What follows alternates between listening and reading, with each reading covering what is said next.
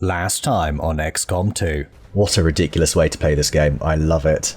I do love this final mission. It's quite interesting because of stuff like this. Oh my god. He just ended the playthrough.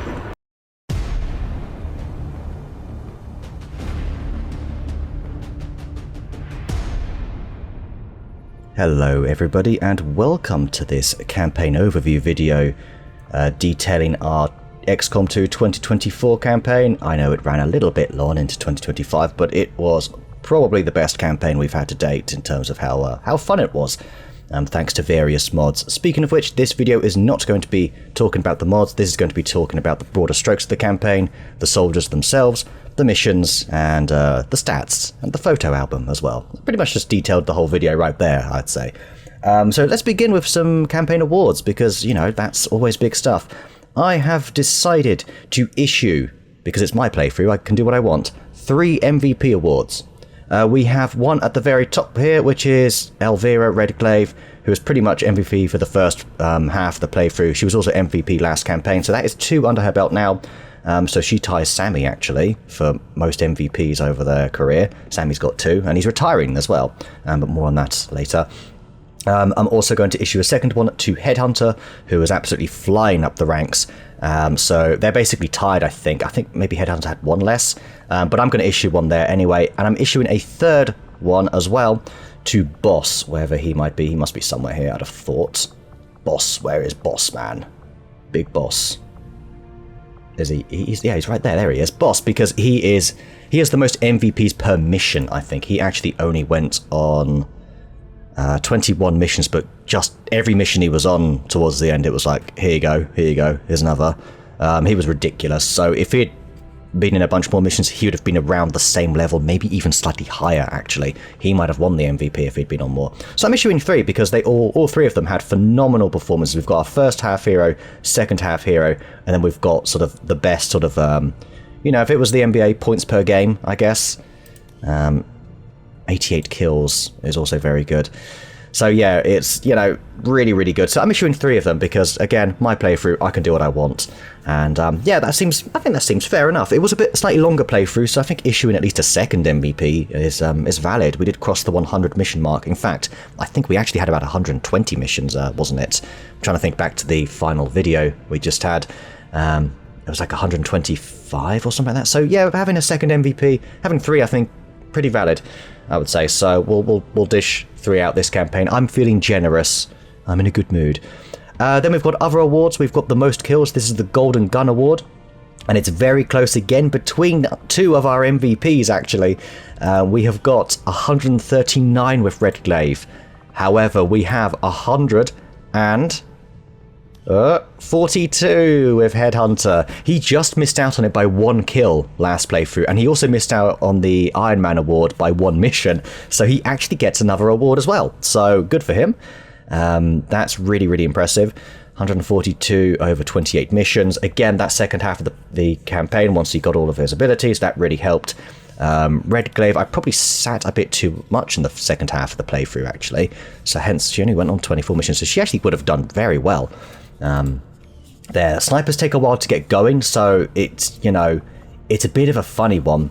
Whereas, like, this soldier class in particular was, yeah, the Enforcer was just absolutely brutal from early on. Absolutely lethal. Being able to blue move, sword strike something, and then sort of do another strike, and then, didn't we have like a freebie one as well? We had Shattering Force, Sweeping Spin. Anyway, that's for the mod analysis video.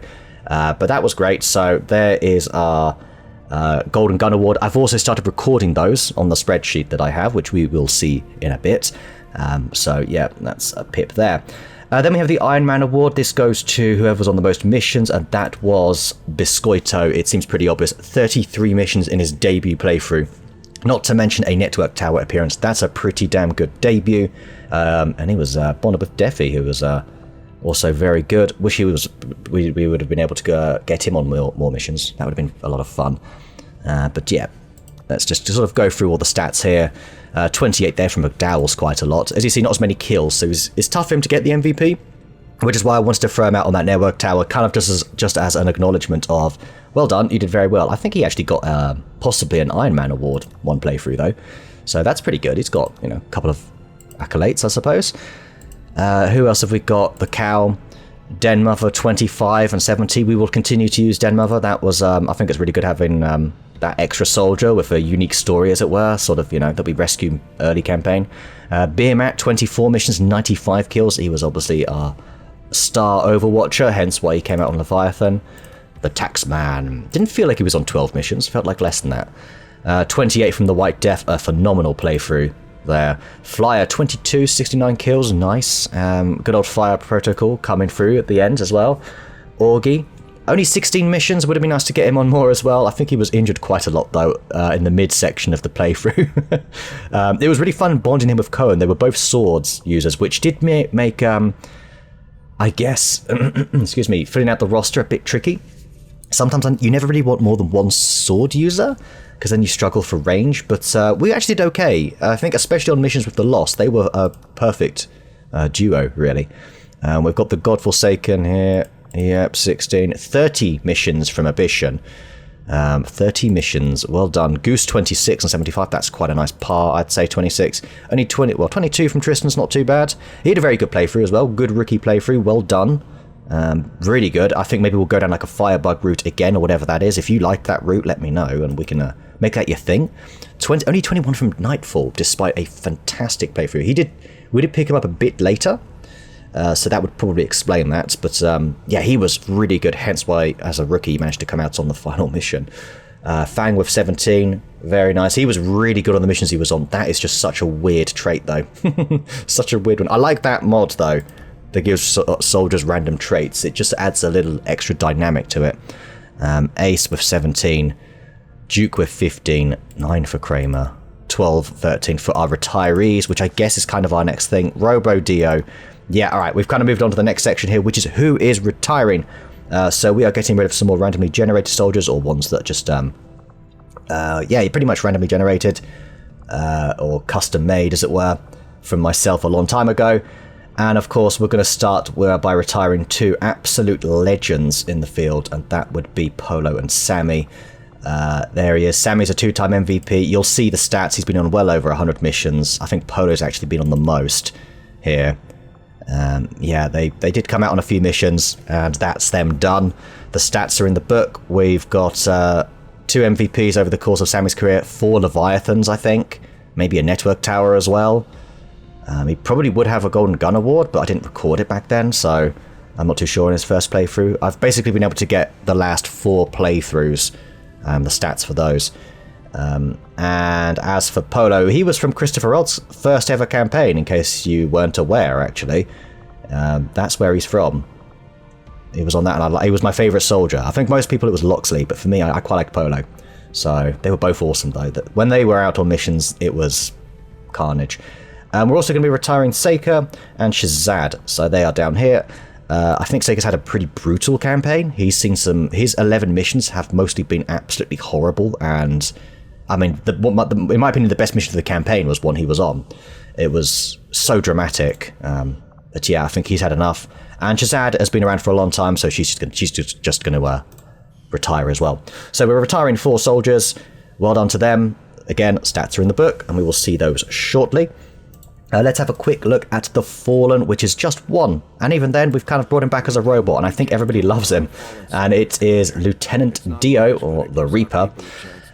He went on 8 missions, got 19 kills before, you know, he met his match in what I also think is one of the best missions of the campaign. Maybe not top 3, but close. So, yeah, let me see. Yeah, his mission where he died, it was one of the better missions for sure. The 30s were really brutal for missions. Listen, shush. Hush, I'm talking here. Anyway, if you're bigging up XCOM, fine. But yeah, so, yeah, we lost Dio in, I guess, organic form, but we've got him back in Robo Dio form, and he has now been saved to the character pool. There he is. So once we get a spark in the next playthrough, that's who's coming back. I hope he's okay with that. I should think so. I think everybody loves Robo Dio. He's great. So, And we'll probably go down the same skill tree unless we use a different one for sparks, which I'm actually all up for, to be fair. Yeah, and I really liked the mod that gave me Den Mother as well.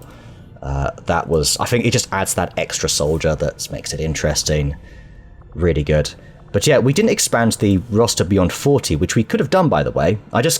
It's just quite expensive to do, and I did that one playthrough, and I kind of always felt like I was behind on resources. Insufficient power. Yeah, power always becomes an issue as well. That's something to consider. So, what's this about? Oh, obviously. Yeah, we've got to improve that. Well, not now, because it's done. I thought it meant bond them. They were already bonded, sorry. Yeah. Well, they're done. Their work here is done.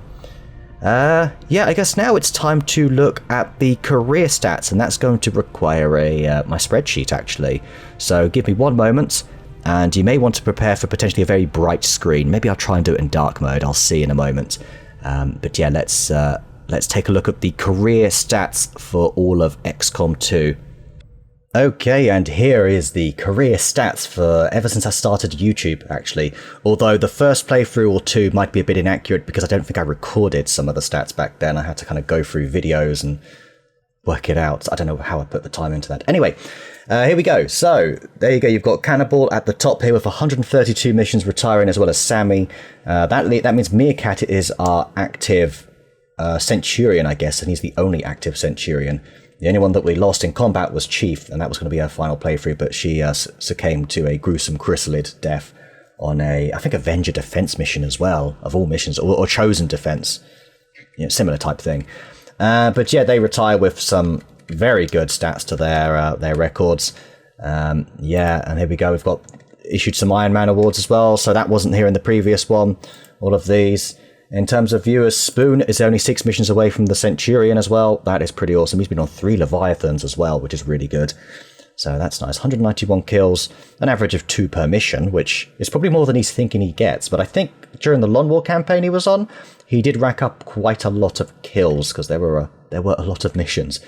Andrea here, 85, 2 Leviathans. That's really good. You've got a few others. Carlson's still active. We might retire her next playthrough. We'll see.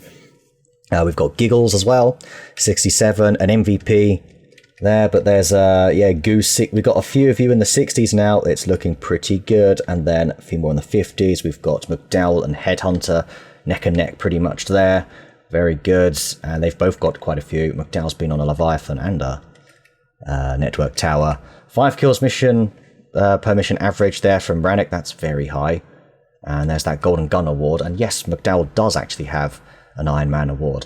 I do love recording all the stats here. And you can see who's a viewer, who's retired. If it's left grey, they're basically randomly generated, as it were. I did add Den Mother, yes. I must have added Den Mother here. She's been on 25. I did, yes, good. Let's go down to, let's see, we've got Robo Dio. I've separated Dio from Robo Dio in this instance. I figured I would do that. We've got a Bish in here, 48 missions. That's very good. He got 30 this time. He only had 18 in the previous one. I think that was his first playthrough as well. Cohen, his stats might be a bit inaccurate. I think he's been on more than 40 missions, but I just couldn't, get that right, so never mind. But yeah, 2 MVPs down here for Elvira across just 44 missions. That is really impressive. The White Death, 38. He had a fantastic playthrough. I'm glad we could take him out on Leviathan. His soldier class is probably going to be the most interesting to talk about in the next video, where we talk about the mods, because there was a lot going on there. In some ways it was a bit all over the place, but really, no, it wasn't. I really enjoyed this mod pack. I thought this soldier class pack was really good.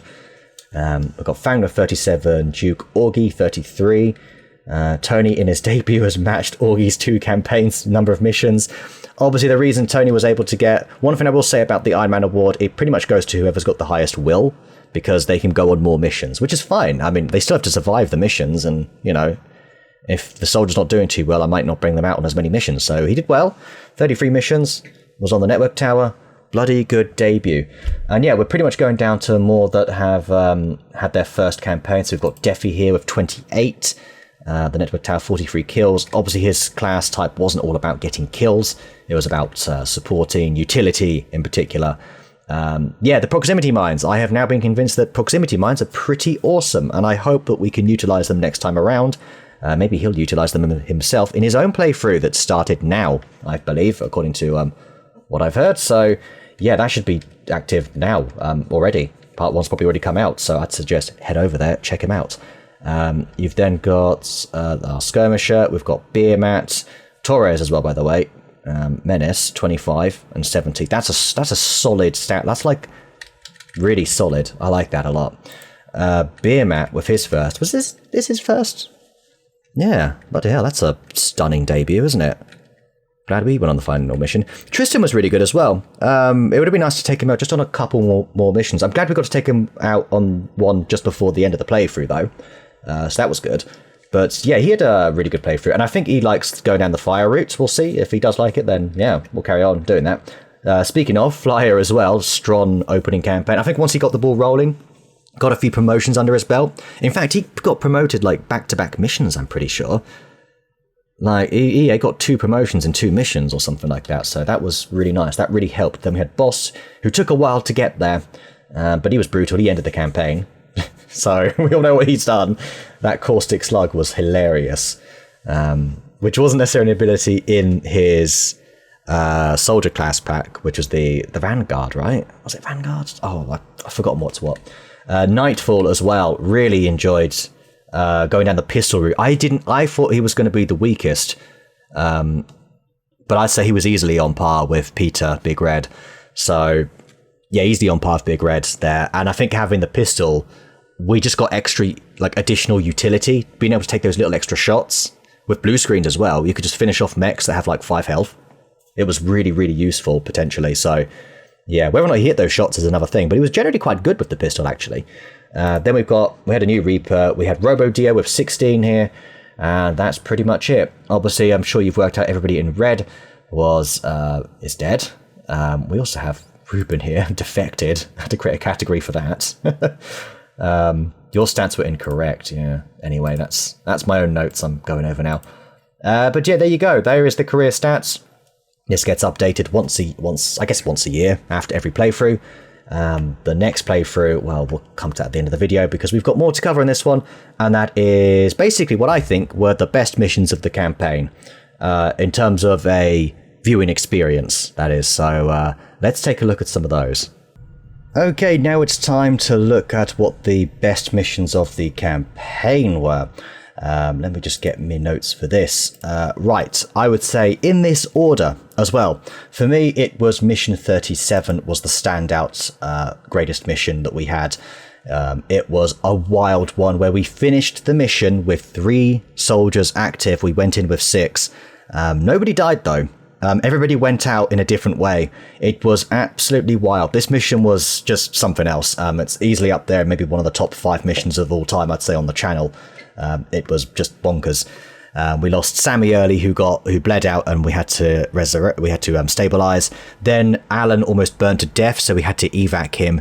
And then Saker, Rip Fury, he got knocked out by a stun lancer, and we had to take out the final pod. And bearing in mind, we had a timer the entire time. We had to take out the final pod with 3 soldiers, and it was 3 against 2, and it was just tense, so damn tense. It's quite a long mission, but it is non-stop action, and it's non-stop. Ooh, this could lead to squad wipe any moment, sort of thing, you know, or teetering on that edge. But we never got there. We never missed too many shots, I should say, and we did just enough to claw our way through. But losing Sammy early on, I think he got like punched over a car, which I think you can see in the thumbnail is him about to get punched. That thumbnail really sums up the video perfectly. But yeah, if there was one mission of this campaign I'd recommend, I'd be like, that's the one. That mission was wild. Yeah, really exciting stuff. Then I would also say Mission 83. This had plenty of my own blunders in it. This was a really exciting one where basically I think Rannick had to carry the squad. I didn't really utilize high ground. I really don't like the tunnels. In fact, I'm looking at using a mod to omit the sewer maps from the playthrough next time, possibly, but we'll see. But yeah, this was really exciting because we activated everything, and it was just a couple of turns of utter chaos where I think we had like eight enemies uncontrolled at one point. and it was just so messy and really, really dicey. Nobody died again. I think we had to bleed out, but it was so close to being a just total mess. Two soldiers could have easily died in any given turn, easily, but somehow we managed to get our way out of that. Mainly thanks to one of our MVPs. They managed to get us out of that. That's what MVPs do. And then finally, I would throw Mission 90 into the mix. This is where we managed to take out the Archon King and won. This wasn't necessarily the tensest mission in that regards. It was more of a, can we honestly pull this off? And we managed to throw everybody's abilities at him and at each other to get the job done. We barely scraped it out, and it was phenomenal. In my opinion, this is more of a feat. It's more of a, look at us, we did this. It's a boast, this mission, and I love it. It was brilliant. We used, it was White Death's main ability, really came in clutch. We had Overwatching, Call for Fire, we had Sniping, we had everything, we had, just everything, absolutely everything came into effect, and it was just a perfect storm that got us the job done in one go. To take out the Archon King in one was just so good. So I'm really glad we dealt with the Rulers, on a side note actually, in this campaign. That was something I was meant to mention. Really happy with that, because it's kind of like now we've kind of done them. Even though I had them in the first campaign I ever did on the channel, which is unwatchable, they came in halfway through, like I think part 17 or something like that, and it messed up the whole game. Everybody's abilities were broken. It was just messed up. But yeah, it's nice to sort of have them done. I would say this is much more an official playthrough, this last run. And we've dealt with the Rulers as well. So that's really nice to just sort of tick that off again. But yeah, this is a really fun mission. It's pretty short and sweet because it's just a facility assault. And those I would say are the top three, and those three are going on the playlist titled something like Ludicrous XCOM Missions, and it's all about missions that were absolutely wild.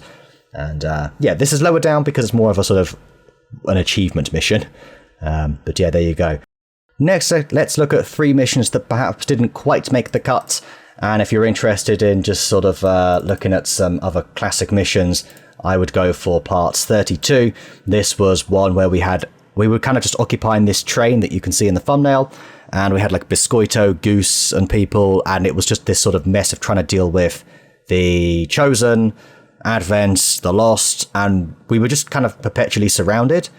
We didn't really have the weaponry to deal with the Chosen, but we did, and we got through it. We eventually got through it, I think thanks to Goose being able to make his own grenades, and that really, really did help, so that was awesome. I'd also say part 22, which was where we had our one fatality of the campaign. This was where we lost Dio, and that was a really good mission that's arguably worthy of the playlist, to be fair. I am tempted to throw it on just because it was, again, one of those where we were cornered, and we activated pretty much everyone, or most of the map. It was a very messy mission, but we barely clawed our way through it. I might put this on, actually. It was so good. So maybe I will put this on the playlist as well. We had a lot of really good missions this playthrough, and this was certainly one of them, and obviously memorable for potentially the wrong reason, which was losing a soldier. But at least we've got him back in robot form. That's at least something.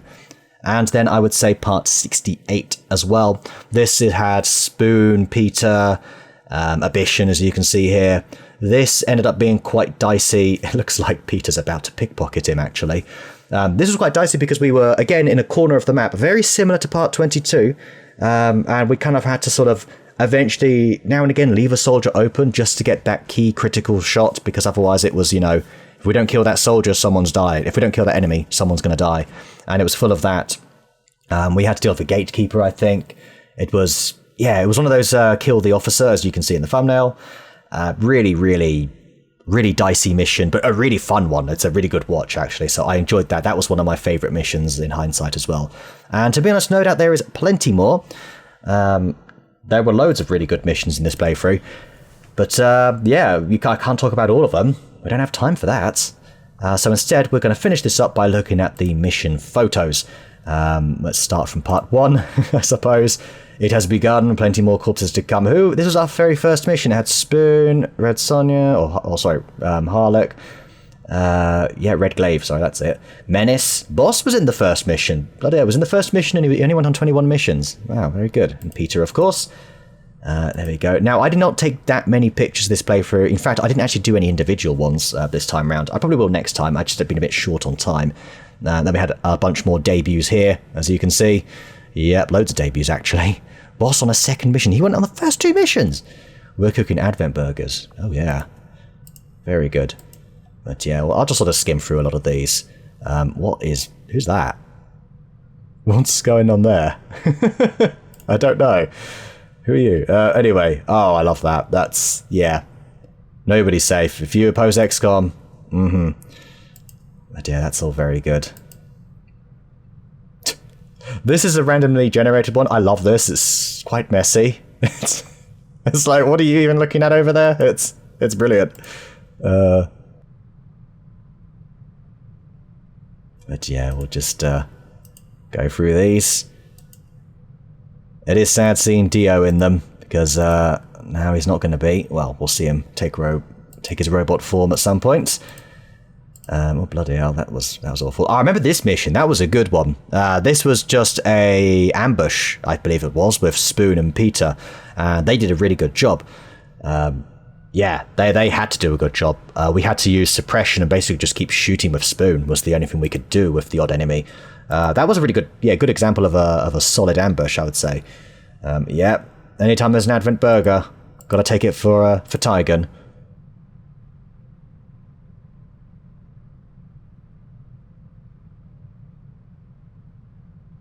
Wow, I really did not take that many pictures. Mind you, I probably would have used this in some way. Out with the Templars, we can see one in the background there. That was a really fun mod. It's a shame we didn't really see any of them towards the end, but it did make things interesting. I think early on as well, it's quite a good... that was when we lost Reaper. Early on, it's a good way to sort of give you, like, not a freebie for the mission, but a really nice aid. Well, the factions that are on your side, obviously, the Templars and all that. But yeah, there's Reaper. No longer with us in that form. And that was another ambush that was very interesting. I believe both of them almost died. I think Augie nearly died at the very start, but he somehow survived. Hence why he never went on many missions. He kept nearly dying. But he didn't die, so well done, Augie. You survived. Never a bad time for a photo. This is a mid-ambush. Oh, I remember this. We got like 2 crates, wasn't it? Was it a supply crate mission? I think it was, yeah. I always forget, you do those for the first half of the campaign, and then you forget they exist, because you just don't... They're just not worth your time. Yeah.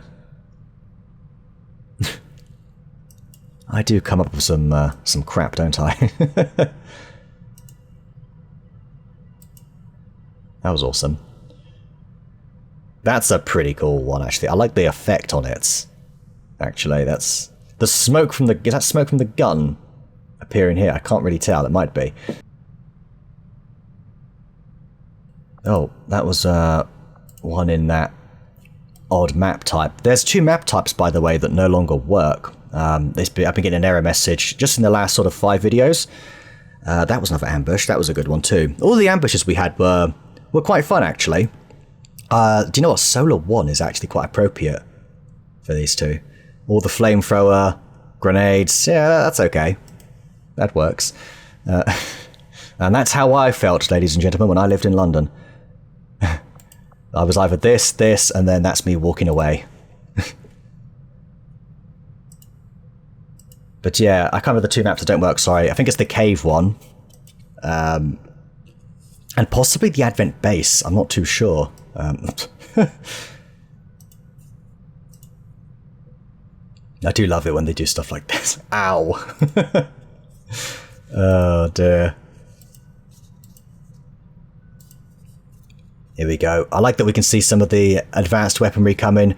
Yeah, I do. My strategy is always rush mag, rush plasma if possible, because it just really, really does help you. It gets you to this level where you're pretty much always going to be fine. So I do like it. Oh dear. Yeah, that looks... Maybe use the other arm, guys. That's just a thought.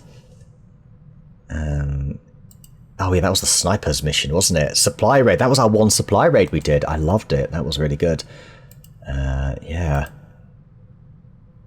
Rise of the Machines. And this is when we had Robo Dio. Oh yes. I think it was on many missions in a row, actually. It's time for Advent burgers. Everyone gets excited for Advent burgers. Oh, the UFO. We did nab a UFO. You've always got to do one of those as well in the playthrough. I'm really glad we did the, I guess, number of missions that we did in the end. Yeah, it ended up being a bit longer because of all the faction mods. I did want to stick around to take them out. Not to mention to get a couple more kernels. Who's that over there? Oh, it's Spoon, isn't it? I thought it was Shazad for a moment. They have the same colour armour, you see. Alright. Whoa, Augie! That is quite intense. I feel like he's got... Is that Augie? Yeah. He's got a knife. He's really like... Okay, I don't know what happened there. What the behind-the-scenes story is. Ah, yes. Advent Burger sign. Some of these, I believe, might be a bit out of order. It does this now and again. I reckon that probably happened earlier. But there we go. Right, let's carry on moving. Oh, the Forge. The Forge mission ended up being quite a lengthy one because of the bloody Chosen, wasn't it? I am tempted to play the next playthrough without the Chosen, by the way. Especially if we do like a Long War, I'm probably going to omit them. That is an option. That was the novelty of my last Long War, my only Long War campaign on this channel. Which was War of the Chosen without the Chosen. Sorry, Long War of the Chosen without the Chosen was kind of the novelty, I suppose. Yeah. How many more we got? Got a few more. There we go. Yep, this makes sense. Oh, Daddy Warlock. I forgot. That's what we call him. He's Daddy Warlock, isn't he? The pigeon. Pigeon power. I was really set on getting a good picture there, wasn't I?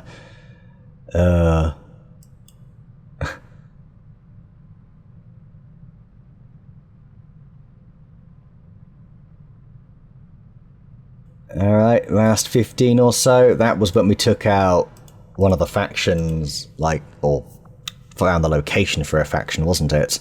I am assuming that armour is water resistant, or waterproof rather.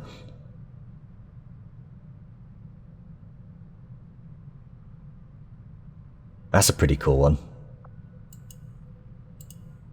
Okay, that's pretty much our pictures, I think. Victory is assured. It certainly is. Advent Collapse starts now. One more promotion one there. And then there's the network tower. I should point out, this save is before the network tower. It's just because a picture was taken, it's added to the campaign. In case you're wondering, yeah, the mission for the network tower does not add to the stats for these guys. I can assure you that. But yeah, there you go. So that is it. That is our... That's your lot. That's your lot, really, for this video. Next time it's going to be the... Yeah, let me just make sure it is. Yes. It's going to be the mod analysis, and there's going to be a lot to talk about there. I can see that video going well over an hour. I'm going to need a pint of water for that one. But I'm going to be doing that after I have some time off, so... that's not going to be until a week today. I'm going to throw in probably some Empyrean on Mondays for a little while. Possibly. But we'll see. So there you have it. That's it. I hope you enjoyed the campaign as much as I did, because I have loved it. Thank you so much, everybody, for joining me. If you want some more XCOM 2, it will be coming again on this channel. Probably, I've penciled in late April for it, but we'll see. But if you want some more now, if you head on over to Deafy Duck, you can join me on the front line, as well as a few other soldiers from the playthrough here. And yeah, we'll get stuck in and hopefully do Commander Deafy proud, but we'll see. But I hope you all enjoyed the playthrough. If you have any comments on it, do let me know. Do you think, were there any other missions I missed out, perhaps, that really stuck out to you? Like, I'd love to know. And yeah, we'll meet again soon. Meet again in a week to talk about the mods. So thanks for watching, and I shall see you all next time.